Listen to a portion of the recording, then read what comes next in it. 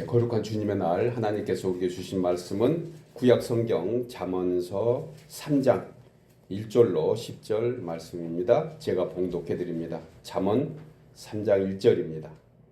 내 아들아, 나의 법을 잊어버리지 말고 너의 마음으로 나의 명령을 지키라. 그리하면 그것이 네가 장수하여 많은 해를 누리게 하며 평강을 더하게 하리라. 인자와 진리가 내게서 떠나지 말게 하고 그것을 내 목에 매며 너의 마음판에 새기라. 그리하면 내가 하나님과 사람 앞에서 은총과 귀중히 여김을 받으리라. 너는 마음을 다하여 여호와를 신뢰하고 너의 명철을 의지하지 말라. 너는 범사의 그를 인정하라. 그리하면 너의 길을 지도하시리라. 스스로 지혜롭게 여기지 말지어다. 여호와를 경외하며 악을 떠날지어다. 이것이 너의 몸에 양약이 되어 내 골수를 윤택하게 하리라. 너의 재물과 내 소산물의 처음 익은 열매로 여호와를 공경하라. 10절 우리 다 같이 읽습니다. 그리하면 내 창고가 가득히 차고 내 포도즙 틀에 새 포도즙이 넘치리라. 아멘. 아멘. 말씀대로 될 줄 믿습니다. 오늘도 하나님의 은혜 가운데 예배 자리를 인도하여 주셔서 말씀을 통해서 우리의 마음에 또 기도의 소원에 응답하여 주시고 또 하나님의 풍성한 은혜가 우리에게 넘치는 그러한 귀한 시간이 될 줄 믿고 다시금 이 자리에 모이신 모두를 주의 이름으로 축복합니다. 한국의 톡톡 건강법 2012년도에 발간된 그런 책입니다. 저자인 임현석 총재는 인간의 뇌에 관하여 건강과 이렇게 연결을 시킨 그러한 내용을 저자가 기록합니다. 인간의 뇌에는 원래 회복되는 기능이 있다. 그래서 본래의 건강 상태로 돌아가려고 하는 신의 비밀 프로젝트 프로그래밍이 뇌에 되어 있다라고 이렇게 소술을 하고 있습니다. 우리 뇌에 프로그래밍이 되어 있는 초기화 치유 능력이래요. 초기화.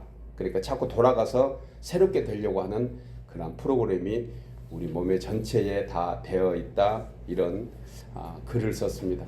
저도 공감이 되는 것이 사실 우리의 육체도 그렇고요. 우리의 정신도 계속해서 회복되려고 하는 그러한 기능을 우리가 가지고 있습니다. 예전에 우리 그 시골의 어르신들 힘들게 하루 종일 농사하고 나서 저녁에 이렇게 좀 잘 주무시고 나면 다음날 또 그 일을 하면서도 전혀 힘든 것 못 느끼신다고 그렇게 얘기하잖아요. 그렇게 뭐 50년, 60년, 70년 일하면서 자녀들 키웠는데 피곤치 않도록 그렇게 해주는 기능이 바로 이러한 초기화 치유 능력이 아닌가 하는 생각을 해봅니다. 하루 잘 먹고 잘 쉬면 회복되는 그런 우리의 건강들을 우리는 사실 보게 됩니다. 어떤 건강들은 아무것도 안 하고 있어도 회복되는 것을 보게 됩니다. 사람은 뭔가를 막 회복하려고 노력하는데요. 사실 우리가 키우는 그 반려견들만 보더라도 이렇게 몸이 상태가 안 좋으면은 개들은 먹지를 않습니다. 아무것도 안 먹고요. 그냥 한 3, 4일 그냥 쉬는 것 이렇게 되는 것을 저도 관심 있게 그 동물에 관해서 이렇게 보면서 느끼고 또 알 수가 있었던 것을 보게 됩니다. 비유적으로 말하자면 마치 그 컴퓨터나 PC나 컴퓨터나 똑같지요. 핸드폰 뭐 이런 것이 여러분 어쩔 때 켰는데 어동작이 되고 또 바라는 프로그래밍이 안 돼서 부팅도 안 되는 그런 경우 있을 때 어떻게 하나요? 그 완전히 버튼을 끄는 경우도 있고요. 저 같은 경우에는 파워를 아예 껐다가 다시 켭니다. 많은 경우에 그런 경우가 상당히 많이 있습니다.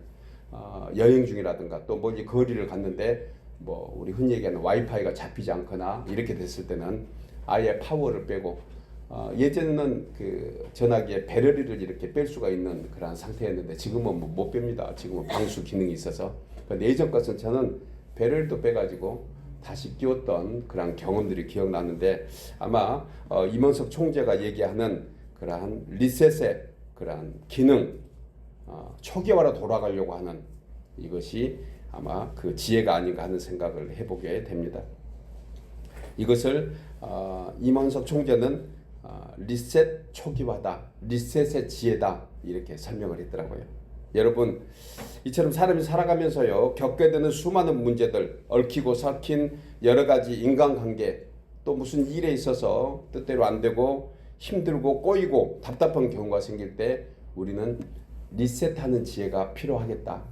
리셋하는 기회가. 너무 분주하고 너무 바쁘면 우리 삶 속에 막 모든 걸 설켜가지고 어느 것이 물인지 어느 것이 길인지 알지 못하고 그냥 막 앞만 보고 가는데 사실 방향을 잃을 때가 많이 있다는 생각을 해보게 됩니다. 그래서 저는 임 총재가 얘기하는 그 리셋의 지혜, 이것을 같이 나누고 싶은 것이, 여러분, 우리는 다시 돌아가야 돼요. 다시 리셋해야 됩니다. 어디로 돌아갈까요? 여호와 하나님께 돌아가자. 여호와 하나님께. 그래서 자꾸 잊어버린 주파수를 찾으려고 노력하는 그러한 어떤 믿음이 우리 가운데 있어야 되지 않을까, 이렇게 생각을 하면서 리셋의 의미가 하나님께로 돌아가는 것이다, 이런 지혜를 함께 나누게 됩니다. 누가복음 15장 11절 이하에 기록된 탕자의 비유가 바로 이것입니다. 탕자가 아버지를 떠나서 자기 나름대로 행복할 것 같았습니다. 자기 나름대로 삶을 스스로 개척한 거예요. 그리고 그 길이 행복할 것 같아서 떠났습니다. 떠났을 때 다시 돌아올 걸 생각했을까? 아닐 거예요. 가서 아주 행복하게 아버지 없이도 잘 살 것처럼 그런 마음의 결정을 가지고 갔는데, 결국 갔던 것이 고난과 고통의 길이었습니다. 그러던 그에게 생각난 한 분이 있었는데 누구였죠? 아버지였어요. 아버지가 생각났습니다. 아버지가 계신 곳은 모든 것이 풍족하고 참으로 행복하다는 사실을 다시 한번 떠올리면서 그가 어떻게 했나요? 그가 리셋했습니다. 가던 길에서 돌아선 거예요. 그가 일어나서 여호와 하나님께 돌아갔습니다. 그는 아버지께로 돌아가면서 결국 삶이 회복됐던 것을 우리는 너무 잘 압니다. 탕자가 비록 아버지의 뜻을 거스린 죄인이었지만 아버지는 그런 것에 아랑곳하지 않았습니다. 돌아오는 이에게 두 팔을 크게 벌리고 벗은 발로 그 모퉁이를 매일 바라보고 나가서 계셨던 그러한 아버지. 아들을 보면서 부둥켜 안고 너무너무 크게 축복한 것 우리는 잘 알고 있습니다. 여러분, 오늘날 사탄 마귀는 어찌하든지 믿는 우리로 하여금 하나님과 멀어지게 하는 것이 최대의 목표입니다. 무슨 일이 생기든, 좋은 일이든 나쁜 일이든 그것을 꼬여가지고 하나님과 멀어지게 하는 것, 이것이 사탄 마귀의 계계라는 것이에요. 계략이에요. 수단과 방법을 가리지 않습니다. 성도가 무조건 힘들게 합니다. 마음도 아프게 하고 어떤 상황이 아무것도 아닌 일에 꼬이게 해서 사탄 마귀는 하나님 없이 잘 살아라. 하여간 우리 믿음 속에 이 단어는 기억해야 될 것. 사탄 마귀의 계획에는 하나님 없이 잘 살아라.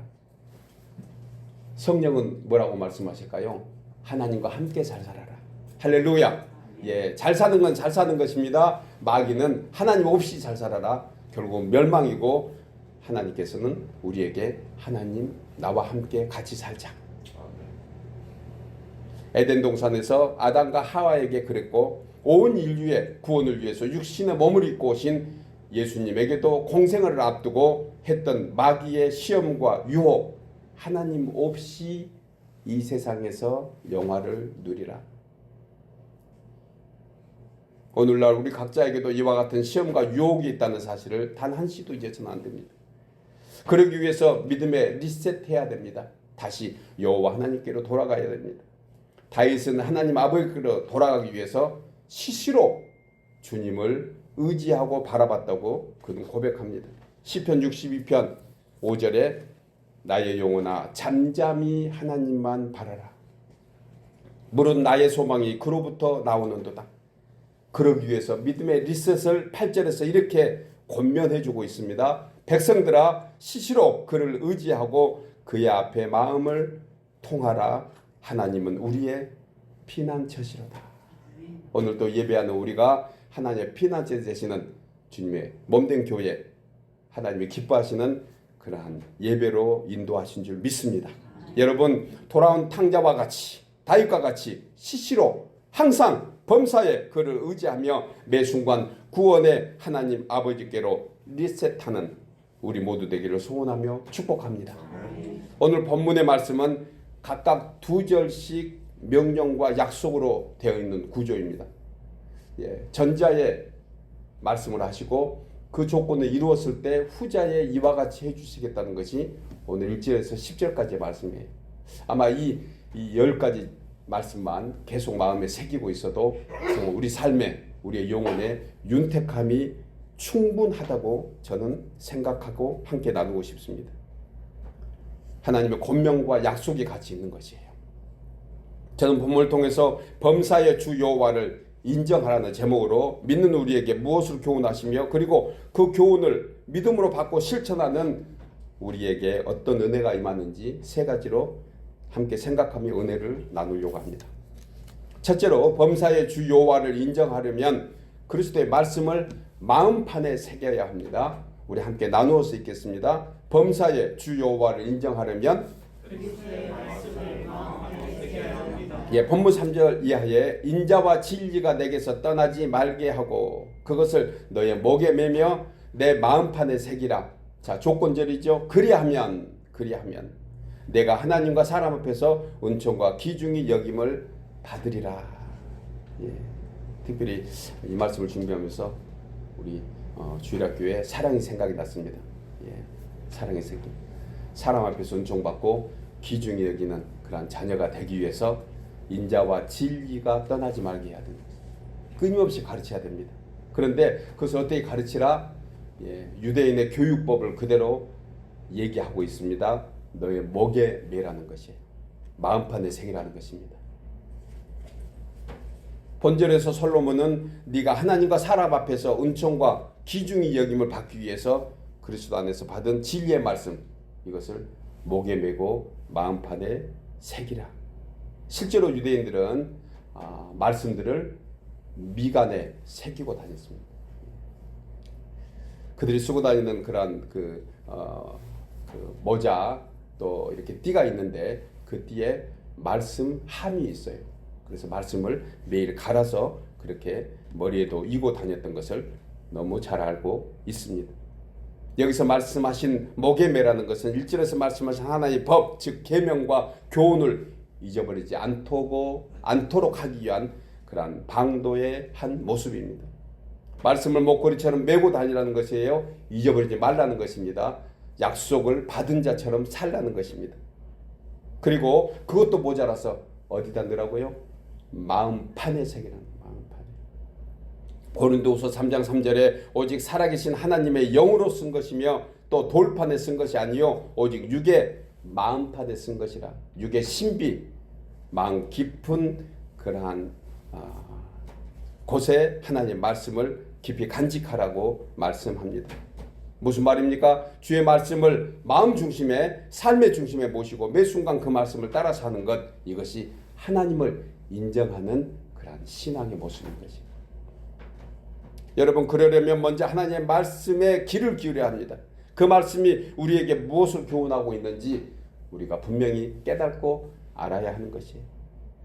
그러므로 이 명령은 말씀을 읽고 배우고 그것을 믿고 실천할 때 하나님 앞에 존귀함을 얻고 놀라운 주의 은총을 입는 계기가 될 줄 믿습니다.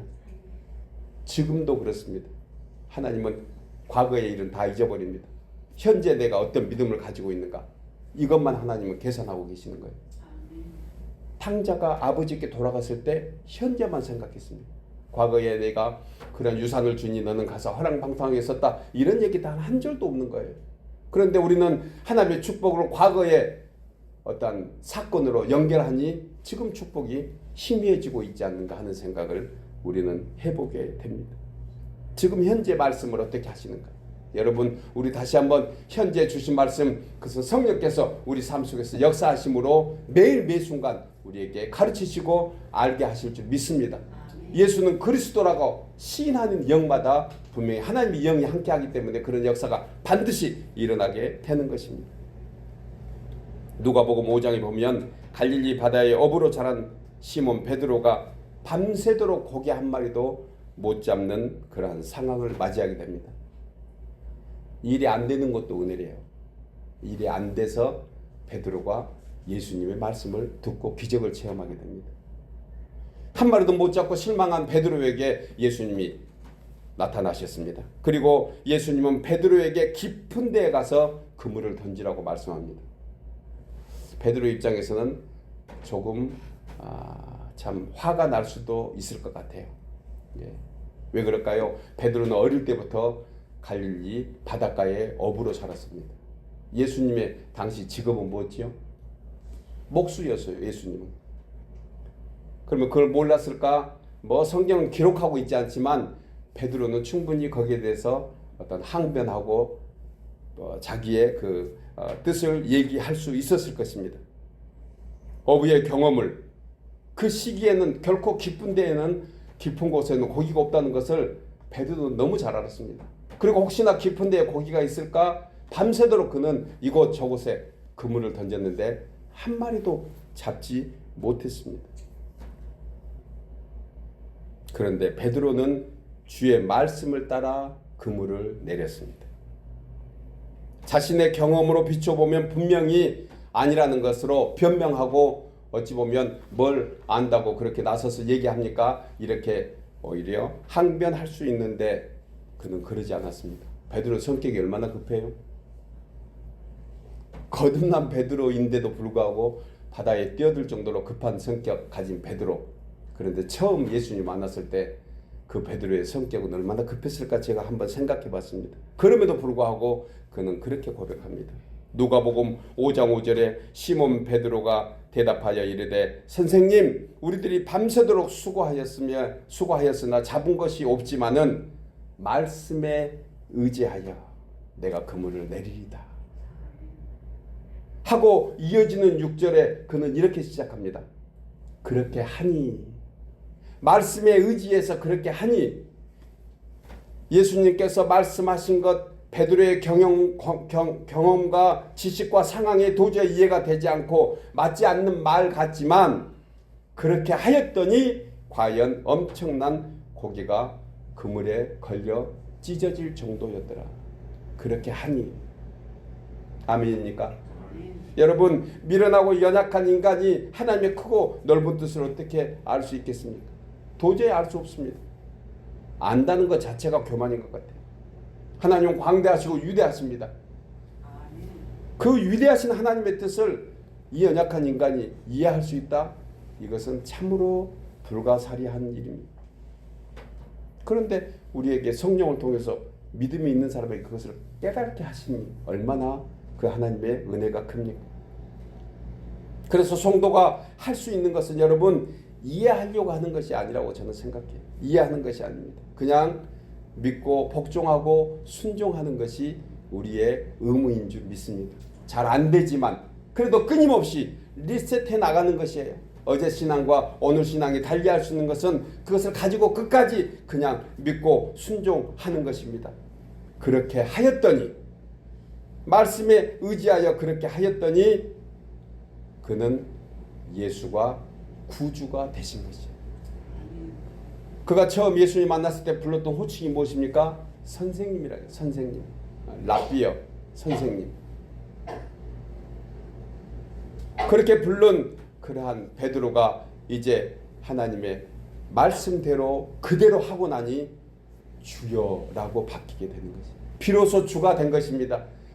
똑같이 말씀을 들었지만 그렇게 하지 않을 때는 그냥 선생님으로 남아있는 거예요. 선생님으로. 그런데 그렇게 순종하고 말씀에 의지해서 그렇게 하였더니 선생님이 자기 인생의 구주로, 하나님으로 바뀌어 계신 것을 경험한 것입니다.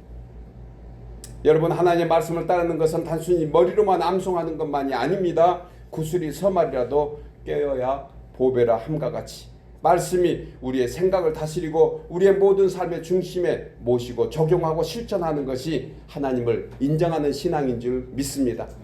이해해서 되는 것이 결코 아닙니다. 이해가 안 돼도 해보고 나면 이해가 되는 것입니다. 흔히 말한 로고스 신앙에서 레마 신앙으로 옮겨가야 되는 것입니다. 사랑하는 여러분, 이제껏 듣고 알고 깨달았던 진리의 말씀을 이제 마음판에 다시 한번 생각나고 새기고 그리고 삶에서 적용함으로 하나님 앞에 더욱더 존귀함을 얻고 풍성한 삶으로 이어지는 우리 모두 되기를 주의 이름으로 축복합니다. 두 번째로 범사의 주 여호와를 인정하려면 주를 경외하며 악에서 떠나야 합니다. 본문 7절 하반절에 스스로 지혜롭게 여기지 말지어다. 여호와를 경외하며 악을 떠났지어다. 이것이 내 몸의 양약이 되어 내 골수를 윤택하게 하리라. 오늘 우리 집사님 기도하실 때 스스로 지혜롭게 하지 말라는 그런 기대. 스스로. 인간이 지난 죄성이 무엇입니까? 인간의 죄의 본성이 어디에서 나올까요? 스스로. 거듭나지 않으면 이것을 자아라고 얘기합니다. 거듭나면 이것을 자존감이라고 얘기합니다. 내가 누구인가가 회복된 거죠. 그런데 많은 사람들은 스스로 자아가 가득한 거예요.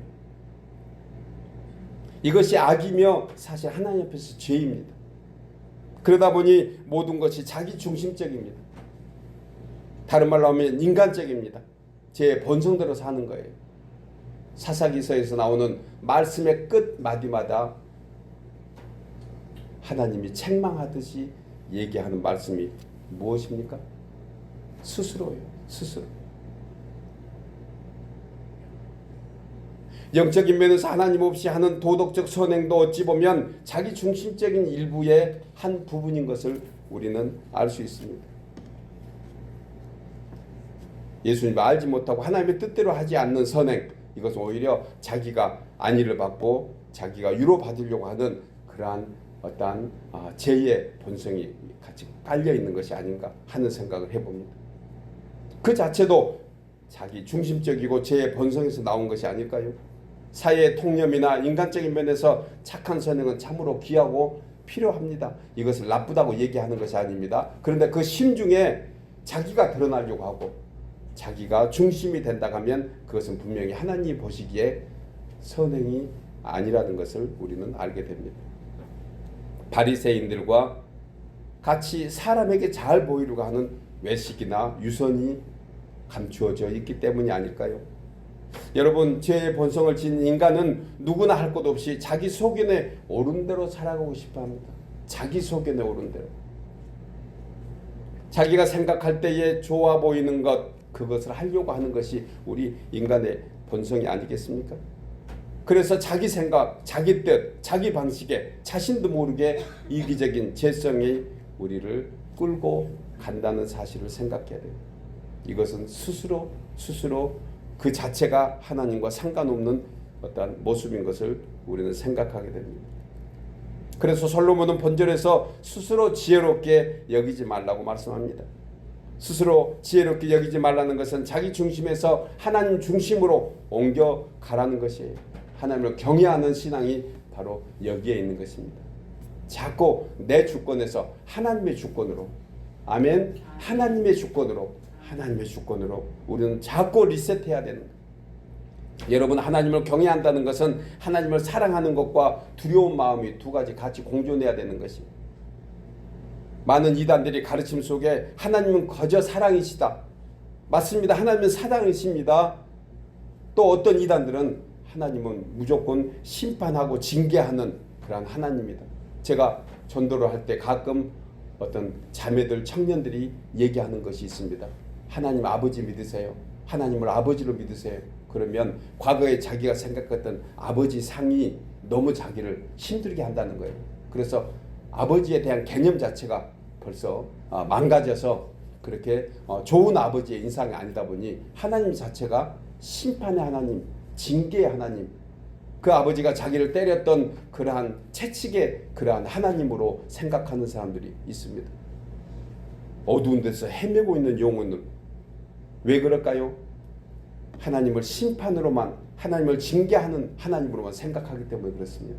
이것 또한 잘못된 것입니다. 이것은 하나님의 뜻이 아닙니다.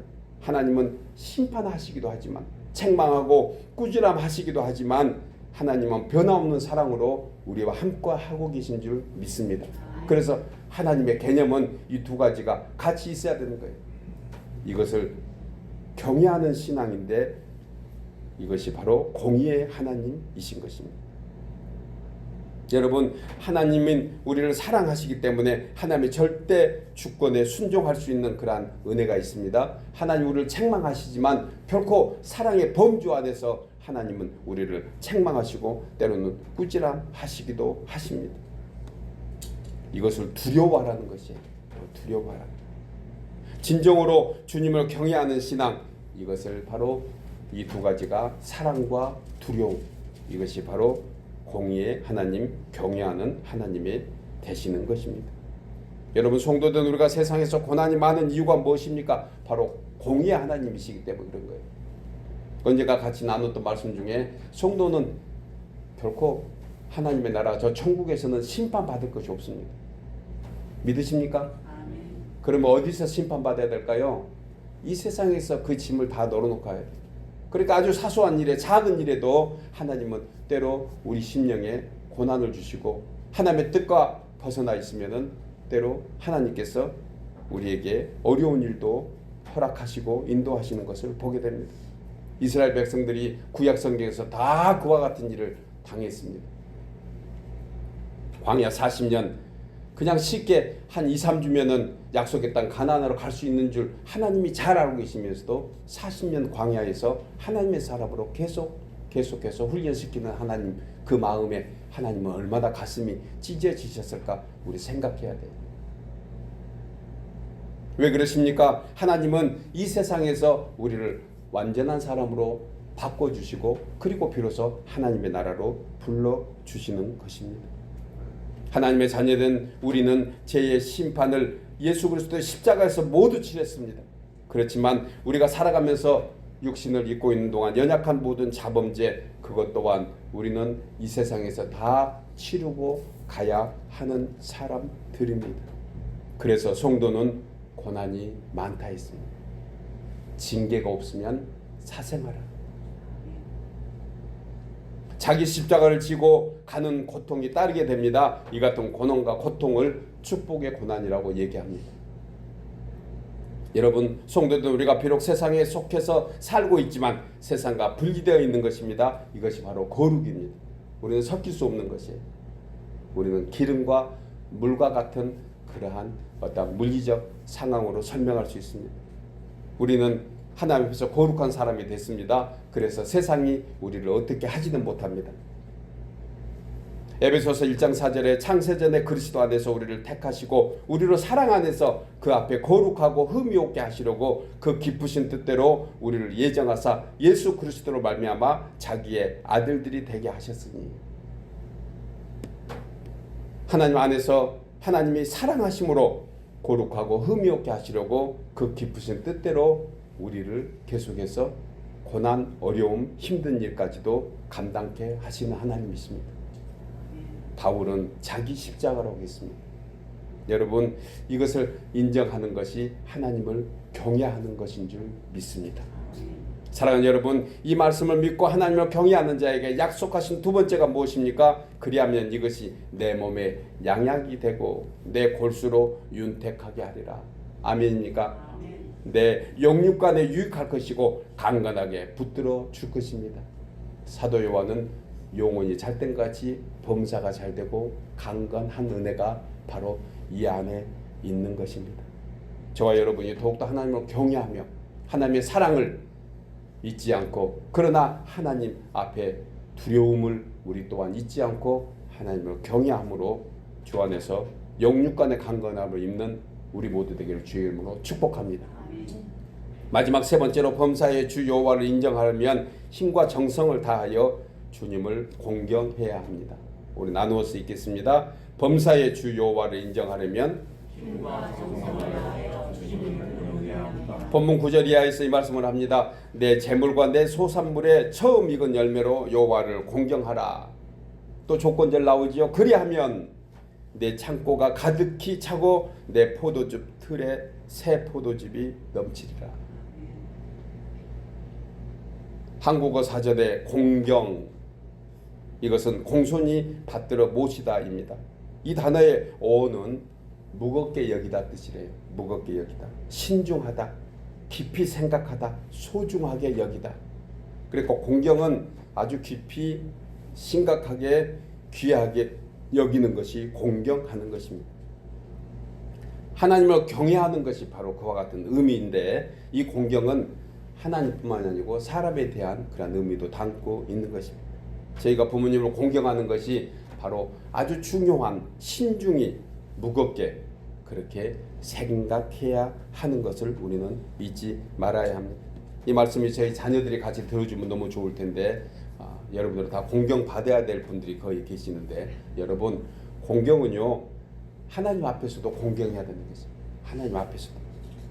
솔로몬은 공경하는 방법에 대해서 내 재물과 내 소산물의 처음 익은 열매로 하나님을 공경하라고 했습니다. 왜 소산물의 처음 익은 열매로 공경하라고 했을까요? 여러 가지 해석들이 있지만 첫 열매는 열매 중에서 가장 귀한 것입니다. 첫 열매잖아요. 농부가 봄부터 땅을 기경하고 씨를 뿌리고 파종해서 그리고 여름에 그 온갖 태풍과 무더위에서 다 이겨내고 이제 가을에 결실 바라보는 그 첫 열매, 이것이 얼마나 농부에게는 기쁨이고 보람이겠습니까? 그 소중한 것을 하나님 앞에 먼저 드리라는 거지. 그만큼 소중하고 귀한 것을 드린다는 것은 그 대상을 그만큼의 가치로 존귀하게 여긴다는 의미가 아니겠습니까? 그리고 또 다른 깊은 의미는 주권과 소유권을 다 그에게 양도하겠다는 신앙의 고백인 것입니다. 저희 어렸을 때 제가 직장생활할 때 학교 다닐 때 제가 배웠던 들었던 얘기 중에 하나가 첫 월급 받으면 기억나십니까? 부모님의 속옷 그리고 그 안에 용돈을 딱 챙겨서 처음 것은 부모님 거야 이렇게 가르침을 저도 받고 저도 그렇게 실천했던 기억이 납니다. 오늘날 우리의 자녀들이 그런 기억을 좀 해주면 좋을 텐데 저희 부모님들이 그런 것을 얘기하려고 하면 오늘날 우리 자녀들은 뭐라고 대답할까? 아유 또 잔소리예요 라고 안 하기를 바라지만 참으로 요즘에 세대가 그런 세대가 아닌가 생각합니다. 저희는 부모님들께 선생님에게 그런 얘기를 들었습니다. 처음 것. 이것은 단순히 첫 월급 그때 받았던 것이 아닙니다. 우리의 부모님들을 공경하는 것은 아침 저녁으로 안부 전화 드리고 문안하고 하는 것이 오늘날 저는 처음 공경하는 것이 아닌가 하는 생각을 합니다. 하나님께도 마찬가지인 것입니다. 눈에 보이는 부모님께 그와 같이 한다고 하면 하나님께도 이와 같은 공경이 있어야 되는데 아침 첫 시간 하나님께 드리는 거예요. 믿으십니까? 아침 첫 시간 눈 뜨면 먼저 기도하는 것입니다. 하나님 오늘도 하나님의 손에 내가 붙들리기를 소원합니다. 하나님 꼭 그렇게 해주세요. 이것이 첫 시간 첫 열매가 아니겠습니까?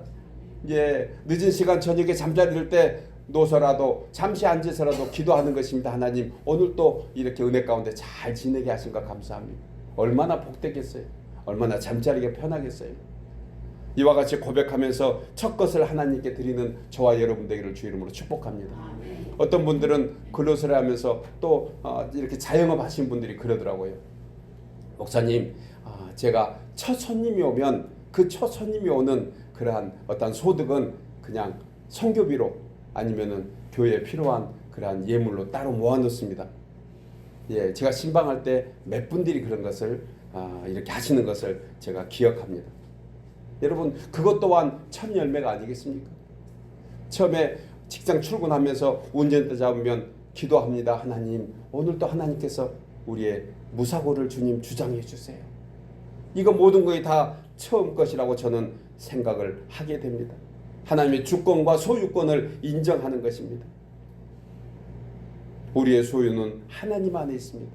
우리의 생명도 하나님 안에, 우리가 24시간 지내는 것도 하나님 안에, 우리가 지금 모든 생활하는 모든 물질도 하나님 안에. 아멘 할 때까지 하겠습니다. 첫 열매가 다 하나님 것입니다.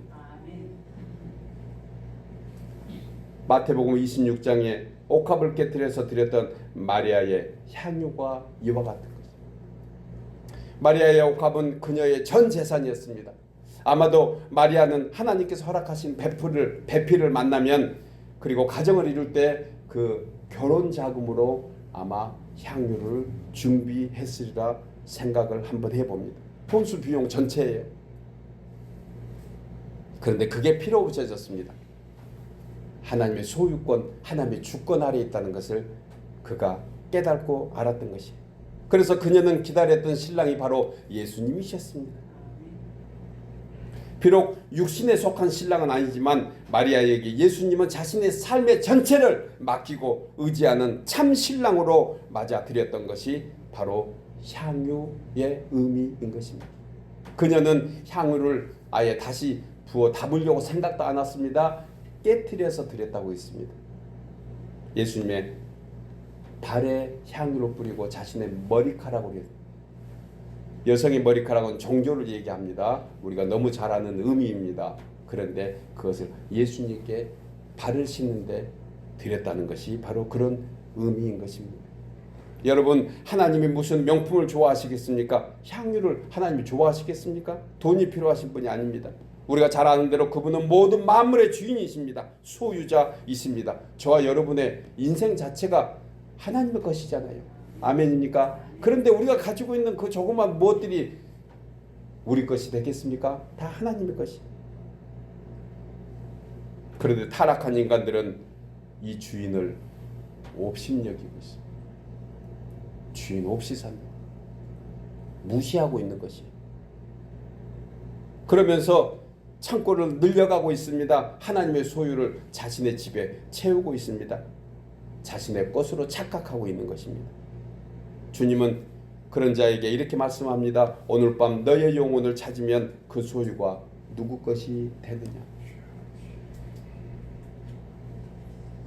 여러분, 성도에게 헌신 신앙이 왜 중요합니까? 하나님을 인정해 드리는 신앙 고백이기 때문에 믿습니다. 우리의 24시간도 여러분 최소한 거기서 10의 1조는 하나님의 시간으로 드려야 합니다. 말씀을 읽고 기도하고 그리고 하나님 앞에 다시 한번 헌신하는 그러한 다짐이 그러한 신앙이라고 함께 나눌 수가 있습니다. 온전한 예물로 드려야 됩니다. 정성을 다한 예물입니다. 사실 성도들은 우리의 최소의 신앙 고백, 하나님의 절대 주권 인정하는 것, 그때 하나님이 우리를 인정해 주시는 것입니다. 다윗의 그 주권 고백이 무엇입니까? 다윗은 어떻게 감사하면서 고백했습니까? 시편 116편 12절에 내게 주신 모든 은혜를 내가 여호와께 무엇으로 보답할꼬? 사도 바울의 헌신 고백은 무엇입니까? 사도행전 20장 24절에 그는 결박과 환난이 자신을 기다린다고 하는 소식을 들었음에도 불구하고 내가 달려갈 길과 주 예수께 받으신 사명 곧 하나님의 은혜의 복음을 증거하는 일에 온전히 자신의 생명도 아끼지 않고 다 드리겠다고 그렇게 고백합니다. 이것이 바로 하나님 앞에 주권과 하나님의 소유권을 다 인정해 드리는 그러한 고백이 아니겠습니까? 예수님은 어떤 과부가 동전 2개 헌금한 것을 가장 기뻐했습니다. 그것이 그녀의 전부였기 때문에 마리아의 향유와 똑같은 개념의 말씀을 해주고 있는 것입니다. 정성과 뜻과 힘을 다하는 하나님께 드리려고 애쓰는 그러한 마음, 이것을 주님이 기뻐하시는, 그래야 앞으로 거두는 법을 받습니다. 갈라디아서 6장 7절에 심는 대로 거두는 것이 하나님의 법칙입니다. 뿐만 아니고 고린도후서 9장 6절에 많이 심는 사람은 많이 거두고 적게 심는 사람은 적게 거둔다고 했습니다. 여러분, 우리 인생은 언젠가 다 가을이 옵니다. 배짱이와 같이 봄에 여름에 아무것도 안 오고 아무것도 뿌리지 않으면 겨울은 너무너무 힘들고 추울 것입니다. 개미와 같이 열심히 뿌려서 가을에 수확하면 그 겨울이 따뜻할 것입니다. 언젠가 우리 인생에 다 겨울이 옵니다. 그때 위에서 우리는 하나님 앞에서 하나님 것을 온전히 드리며 하나님 앞에 다시 한번 거두는 그러한 법칙을 잊지 말아야 할 것입니다. 여러분, 인생의 모든 삶은 광야와 같다고 했습니다. 무슨 씨를 뿌린 것 같지만 사실 하나님께서 살펴주지 않으면 아무 결실도 없습니다. 구름기둥으로 불기둥으로 한 벌의 옷으로 사는 광야 인생이 우리의 인생인 것입니다. 하나님께서 반석을 열어서 물을 공급해 주지 않으시면 물 한 모금 마실 수 없고, 하늘에서 만나를 공급해 주지 않으시면 주림배를 채울 수 없는 것이 바로 우리 인생입니다. 얼마 전에 한국의 그러한 태풍뿐만 아니라 전 지구촌의 자연재해를 보면서 아무리 열심히 농사를 해도 수확을 하루 앞두고 망연자실하는 농부의 안타까운 현실이 바로 어찌 보면 그런 교훈이 아닐까 하는 생각을 합니다. 우리 인생의 모든 것은 하나님이 지켜주시고 그리고 인도해 주셔야 되는 줄 믿습니다. 오늘 이 자리에 있는 것은 그와 같은 은혜를 우리에게 다시 한번 있게 하셨습니다. 여러분, 범사의 주 여호와를 의지하며 삶에 모시고 사는 인생이 복된 것은 바로 이렇게 범사의 주님의 주권을 인정하고 하나님의 것을 하나님의 것으로 알고 인정하는 그러한 신앙이 주님 안에 기쁨이 되는 줄 믿습니다. 사랑하는 여러분, 사실 깊이 생각하면 성도의 삶은 그 자체가 감사입니다. 하나님이 책임져 주시는 것, 하나님이 함께 하시기 때문에 그렇습니다. 먼저는 나의 영혼을 구원시켜 주시고 천국 소망으로 살게 하시니 얼마나 감사합니까? 또한 마귀의 세력으로부터 매일 안전하게 지켜주시고 하나님 안에서 하나님의 은혜로 살 수 있도록 매일같이 구름기둥으로 불기둥으로 때에 따라서 합당한 열매를 주시며 합당한 영식을 주시는 하나님께 감사하며 범사의 주님을 더욱더 경외하고 공경함으로 언약의 축복을 받아 누리는 우리 모두 되기를 주의 이름으로 축복합니다.